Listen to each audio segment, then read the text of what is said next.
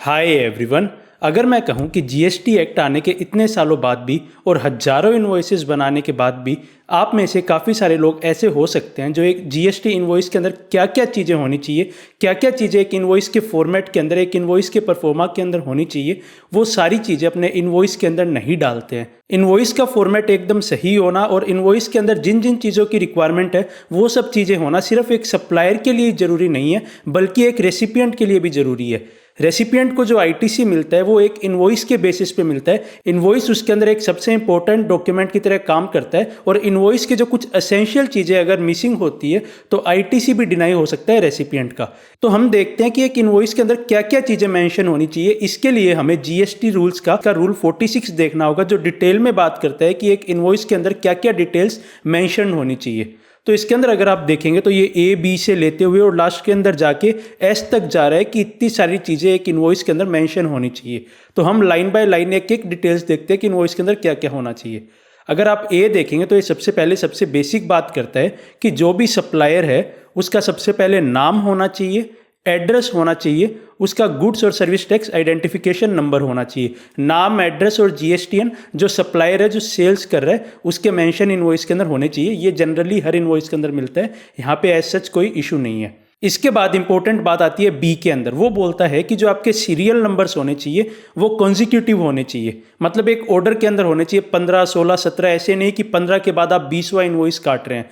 तो एक consecutive serial number होना चाहिए और जो सीरियल नंबर के अंदर जो कैरेक्टर्स होने चाहिए वो 16 से ज़्यादा नहीं होने चाहिए। और उसके अंदर क्या क्या हो सकता है, उसके अंदर हो सकते हैं या तो आपके अल्फ़ाबेट्स हो सकते हैं, नंबर्स हो सकते हैं, स्पेशल कैरेक्टर्स हो सकते हैं जैसे हाइफन, डैश, जैसे डैश, हाइफन, ये सब कैरेक्टर्स हो सकते हैं और ये मैक्सिमम 16 हो सकते हैं और ये कंसेक्यूटिव सीरियल नंबर के होना चाहिए। इसके बाद सवाल आता है कि कंसेक्यूटिव तो सही है, लेकिन क्या सीरीज मल्टीपल हो सकती है कि मैं किसी एक पर्टिकुलर टाइप ऑफ सप्लाई के लिए एक सीरीज चलाता हूँ, दूसरी पर्टिकुलर सप्लाई के लिए दूसरी सीरीज चलवाता हूँ? तो हाँ, ये अलाउ करता है कि वन और मल्टीपल सीरीज होना चाहिए, लेकिन ये सारी की सारी सीरीज के अंदर जो बिलिंग होती है वो कंसेक्यूटिवली होनी चाहिए। कोई भी बीच के बिल गायब नहीं होने चाहिए, इनवॉइसेस बीच से गायब नहीं होने चाहिए। इसके बाद ये बहुत इंपॉर्टेंट बात बोल रहा है कि यूनिक होनी चाहिए फॉर अ फाइनेंशियल ईयर। मतलब आपको हर फाइनेंशियल ईयर खत्म होने के बाद एक नई सीरीज शुरू करनी है, उसी सीरीज के अंदर आप कंटिन्यूएशन नहीं कर सकते। हर फाइनेंशियल ईयर के लिए वो सीरीज यूनिक होगी। तो जनरली इसके लिए आप फाइनेंशियल ईयर भी एक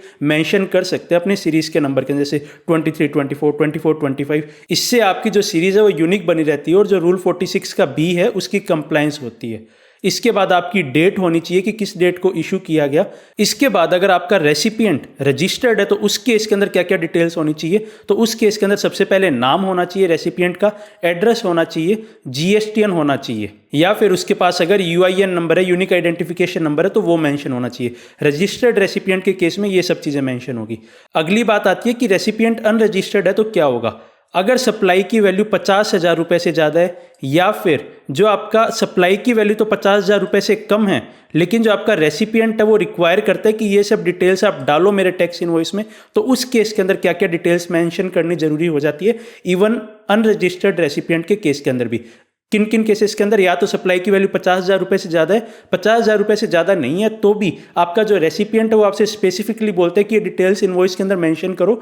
तो उस केस के अंदर क्या क्या डिटेल्स, नेम जाना चाहिए, एड्रेस जाना चाहिए रेसिपिएंट का, एड्रेस ऑफ डिलीवरी जाना चाहिए, उसके साथ साथ आपको स्पेसिफिकली नेम ऑफ स्टेट डालना होगा कि किस स्टेट के अंदर जा रहा है, और उसके साथ उसका कोड भी डालना होगा। और सेम चीज़ डालनी होगी अगर रेसिपिएंट स्पेसिफिकली डिमांड करता है कि नाम जाएगा, एड्रेस जाएगा, रेसिपिएंट के डिलीवरी का भी एड्रेस जाएगा, अलोंग विथ किस स्टेट में जा रहा है और उस स्टेट का कोड। ये डिटेल्स डलने से क्या होता है कि जो रेसिपिएंट की स्टेट है, जो डेस्टिनेशन बेस्ड टैक्सेशन है जीएसटी, तो जो रेसिपिएंट की स्टेट है वहाँ पे जाके उस टैक्स का फ्लो हो पाता है, उस पर्टिकुलर स्टेट को रेवेन्यू मिल पाता है। तो इसलिए ये डिटेल्स यहाँ पे डलती है। इसके बाद प्रोवाइजो के थ्रू एक स्पेशल केस और है। इसके अंदर आपको स्पेसिफिकली उनको ध्यान रखना है जो ई कॉमर्स ऑपरेटर्स के थ्रू सप्लाई करते हैं, जो by E commerce operator supplies हो रही है या through E commerce operator supply हो रही है, उन केसेस ऑफ सप्लाई के अंदर, या फिर उन सप्लाई के अंदर जहाँ पे ऑनलाइन मनी गेमिंग की जा रही है, या फिर कोई ऐसी सर्विसेज जहाँ पे online information and database access और रिट्रीवल सर्विसेज है, OIDAR सर्विस है। तो इन केसेस के अंदर आपको ये जो ऊपर हमने देखा कि सप्लाई की वैल्यू कितनी होगी उसके बेसिस पे डिटेल्स मेंशन करनी है। इन केसेस के अंदर किन केसेस के अंदर, या तो बाय और थ्रू ई कॉमर्स ऑपरेटर, या ऑनलाइन मनी गेमिंग के काम है, या फिर OIDAR की सर्विस है, तो उन केसेस के अंदर इवन अगर सप्लाई की वैल्यू 50,000 रुपये से ज़्यादा नहीं है तो उन केसेस के अंदर भी टैक्स इनवॉइस के ऊपर नेम ऑफ रेसिपिएंट जाएगा और स्टेट ऑफ रेसिपिएंट जाएगा और उसी एड्रेस को मान लिया जाएगा, डीम्ड कर लिया जाएगा कि एड्रेस ऑन रिकॉर्ड है। तो अगर आप ई कॉमर्स ऑपरेटर के थ्रू सप्लाई कर रहे हैं तो आपको स्पेसिफिकली इस चीज़ का ध्यान रखना है अपने इनवॉइस के लिए। इसके बाद बात आती है आपको HSN कोड डालना है गुड्स और सर्विसेज दोनों के केस के अंदर, मतलब HSN कोड या SAC कोड जो भी एप्लीकेबल है वो आपको डालने हैं। और आपको यहाँ पे ये भी चीज़ का ध्यान रखना है कि आपके ऊपर कितने नंबर के HSN कोड डालने की मैंडेटरी रिक्वायरमेंट है, उसे भी आपको एक बार चेक कर लेनी है और उसके बाद ही उसे अपने इनवॉइस के अंदर डालना है। इसके बाद आता है कि आपको डिस्क्रिप्शन डालना है गुड्स और सर्विसेज का, कि गुड्स और सर्विसेज क्या है उसका डिस्क्रिप्शन जाता है। इसके बाद आपको क्वांटिटी डालनी है, अगर आप गुड्स की सप्लाई कर रहे हैं आपको यूनिट डालनी है, या फिर आप यूनिट की जगह जो यूनिक क्वांटिटी कोड दिया होता है जैसे QTL करके क्विंटल के लिए कोड है, ऐसे करके जो यूनिक क्वांटिटी कोड है वो आपको डालना है कि आपने क्वांटिटी डाल दी और वो किस यूनिट के अंदर है, वो चीज़ आपको गुड्स के केस के अंदर इनवॉइस के अंदर मेंशन करनी है। अब आपको ध्यान रखना है कि इनवॉइस के अंदर आपकी टोटल वैल्यू आनी चाहिए सप्लाई की गुड्स और सर्विसेज दोनों की। इसके साथ साथ जो टैक्सेबल वैल्यू है सप्लाई ऑफ गुड्स और सर्विसेज दोनों की वो आनी चाहिए। उसके अंदर जो कोई अगर डिस्काउंट वगैरह अबेटमेंट वगैरह आप दे रहे हैं वैल्यूएशन के रूल्स को ध्यान में रखते हुए, तो उनको एडजस्ट करने के बाद जो वैल्यू आ रही है टैक्सेबल वैल्यू वो आपकी इनवॉइस के अंदर आनी चाहिए। टैक्सेबल वैल्यू आ गई, टोटल वैल्यू आ गई। इसके बाद आपके इनवॉइस के अंदर रेट मेंशन होना जरूरी है कि सेंट्रल टैक्स का क्या रेट है, स्टेट टैक्स का, इंटीग्रेटेड टैक्स या यूनियन टेरिटरी या सेस का क्या रेट है। ऐसा आप नहीं कर सकते कि आपने सिर्फ अमाउंट लिख दी या आपने सिर्फ रेट लिख दिया। आपको रेट भी लिखना है, आपको अमाउंट भी लिखनी है कि टैक्स किस रेट से लग रहा है और टैक्स की टोटल अमाउंट कितनी है। ऐसा नहीं करते कि आप 100 रुपये का गुड्स है 18% आपने लिखा, उसके बाद 18 रुपये टैक्स मेंशन नहीं कर रहे, सीधा 118 मेंशन कर रहे हैं, या फिर आपने 100 के बाद 18 मेंशन कर दिया, 18% मेंशन नहीं कर रहे, सीधा 118 लिख रहे हैं। तो आपको रेट भी लिखनी है और अमाउंट भी लिखनी है टैक्स की, और उनका बाइफर्केशन करके लिखना है कि आपका IGST में कितना है, CGST में कितना है, SGST में कितना है, UTGST में कितना है, सेस की कितनी अमाउंट है। तो उनका प्रॉपरली बाइफर्केशन भी आपके इनवॉइस के अंदर होना चाहिए। तो यहाँ पे ये अमाउंट ऑफ टैक्स चार्ज लिखना है कि टैक्सेबल गुड्स और सर्विसेज का, कि सेंट्रल टैक्स का अमाउंट कितनी है वो यहाँ पे आ जाएगा, और रेट के बारे में यहाँ बात कर रहा है, अमाउंट के बारे में ये यहाँ बात कर रहा है। इसके बाद एक और स्पेशल पॉइंट जिसका आपको खास ध्यान रखना है, जिसे काफ़ी लोग मिस करते हैं, या जो मिस नहीं करते हैं उनमें से काफ़ी लोग उसे गलत मेंशन कर देते हैं इनवॉइस में। अगर आप ऐसा करते हैं तो इसकी वजह से आपको काफ़ी सारी प्रॉब्लम्स हो सकती है, आपके रेसिपिएंट को काफ़ी सारी प्रॉब्लम्स हो सकती है। तो आपको प्लेस ऑफ सप्लाई भी लिखनी है, अलॉन्ग विथ जो आपको स्टेट का आप नाम लिखेंगे उसके साथ साथ आपको प्लेस ऑफ सप्लाई भी लिखनी है। अगर आप इंटर स्टेट सप्लाई कर रहे हैं तो आपको प्लेस ऑफ सप्लाई लिखना जरूरी है, स्टेट का नाम लिखना जरूरी है। तो इंटर स्टेट सप्लाईज के केस में आप प्लेस ऑफ सप्लाई का स्पेशल ध्यान रखें। अब आपको एड्रेस ऑफ डिलीवरी भी लिखना है। एड्रेस ऑफ डिलीवरी लिखना उस केस के अंदर मैंडेटरी है जब वो डिफरेंट होता है प्लेस ऑफ सप्लाई से, कि आपकी प्लेस ऑफ सप्लाई तो कुछ और आ रही है, प्लेस ऑफ सप्लाई के प्रोविजंस के अकॉर्डिंग IGST एक्ट के वो तो कुछ और आ रही है, लेकिन आपका एड्रेस ऑफ डिलीवरी कुछ अलग है।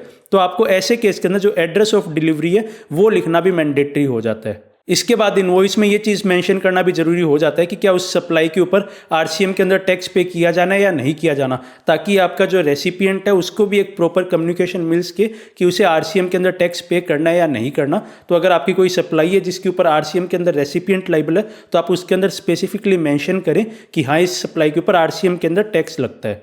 इसके बाद इन दो प्रोविजंस को हमें ई इनवॉइसेस के प्रोविजंस को ध्यान में रखते हुए पढ़ना है कि अगर आपके ऊपर ई इनवॉइस एप्लीकेबल है तो आपके इनवॉइस के ऊपर जो QR कोड है, क्विक रिस्पांस कोड है, वो एम्बेडेड होना चाहिए। आपके IRN नंबर एम्बेडेड होने चाहिए आपके इनवॉइस के ऊपर, अगर आपके ऊपर ई इनवॉइस एप्लीकेबल है। अगर आपके ऊपर ई इनवॉइस एप्लीकेबल और आपको ऐसी इनवॉइस देते हैं जिसके ऊपर IRN नहीं है, QR कोड नहीं है, तो ऐसे केस के अंदर वो एक वैलिड इनवॉइस नहीं है। वैलिड इनवॉइस वही होगी जिसके ऊपर ये दोनों चीजें मेंशन हो, और ये रिक्वायरमेंट आपकी रूल 46 के थ्रू भी क्लियरली कम्युनिकेट हो रही है। अगला पॉइंट बोलता है कि आपका जो टर्नओवर था, एग्रीगेट टर्नओवर था, वो तो आपका एक्सीड कर गया जो ई इनवॉइस की लिमिट थी फाइनेंशियल ईयर 17-18 से लेके आज तक में, वो तो आपकी ई इनवॉइस की जो लिमिट है उससे एक्सीड कर गया, लेकिन आप फिर भी लाइबल नहीं है ई इनवॉइस बनाने के लिए। तो ऐसे केस के अंदर आपको इनवॉइस के ऊपर एक डिक्लेरेशन देना होगा। डिक्लेरेशन में आपको ये बात लिखनी होगी कि हमारा एग्रीगेट टर्नओवर तो 2 एक्सीड कर गया है फाइनेंशियल ईयर 17-18 से लेके अब तक में ई इनवॉइस की लिमिट से, लेकिन हमें अभी भी लाइबिलिटी नहीं है ई इनवॉइस जनरेट करने की। तो इस पॉइंट का आपको स्पेशल ध्यान रखना है कि आपका थ्रेशोल्ड तो एक्सीड हो गया ई इनवॉइस से, लेकिन आप ई इनवॉइस जनरेट करने के लिए लायबल नहीं है। तो आप उस इनवॉइस के अंदर नीचे ये बात स्पेसिफिकली लिखें। जो भी रेसिपिएंट्स है उन्हें भी इस चीज़ का खास ध्यान रखना चाहिए कि क्या उनके सप्लायर के ऊपर ई इनवॉइस एप्लीकेबल है या नहीं है, क्योंकि अगर वो किसी ऐसी इनवॉइस के बेसिस पे इनपुट टैक्स क्रेडिट अवेल कर लेते हैं जो एक नॉर्मल इनवॉइस है, लेकिन उनके सप्लायर के ऊपर ई इनवॉइस एप्लीकेबल थी, तो आपने जिस इनवॉइस के बेसिस पे आईटीसी क्लेम किया वो एक वैलिड इनवॉइस नहीं है। और सेक्शन 16 की अकॉर्डेंस के अंदर आप आईटीसी सिर्फ एक वैलिड टैक्स इनवॉइस के बेसिस पे ही क्लेम कर सकते हैं। तो आपको गोइंग फॉरवर्ड फ्यूचर के अंदर इश्यूज आ सकते हैं। तो आपको अपने जो सप्लायर्स ई इनवॉइस इशू नहीं करते हैं उनसे भी एक बार कंफर्मेशन ले लेना चाहिए कि क्या आपके ऊपर ई इनवॉइस कहीं पे एप्लीकेबल तो नहीं है गोइंग फॉरवर्ड, ताकि आपको दिक्कत ना हो। तो आई होप आपको इस वीडियो के थ्रू एक क्लैरिटी मिली होगी कि आपकी जो टैक्स इनवॉइस है उसके ऊपर क्या क्या डिटेल्स मेंशन होनी जरूरी है, और आप ये चीज़ चेक कर पाए होंगे कि क्या ऐसी तो कोई डिटेल नहीं है जो रूल्स तो मुझे रिक्वायर करता है मेरी इनवॉइस के अंदर होने के लिए, लेकिन मैं अपनी इनवॉइस के अंदर वो डिटेल्स नहीं डाल रहा। तो अगर आप ऐसी कोई डिटेल है तो वो भी आप अपनी इनवॉइसेस के अंदर डालना शुरू करें। तो फाइनली आई होप ये वीडियो आपके लिए हेल्पफुल रहा होगा, and also thanks for watching and stay tuned.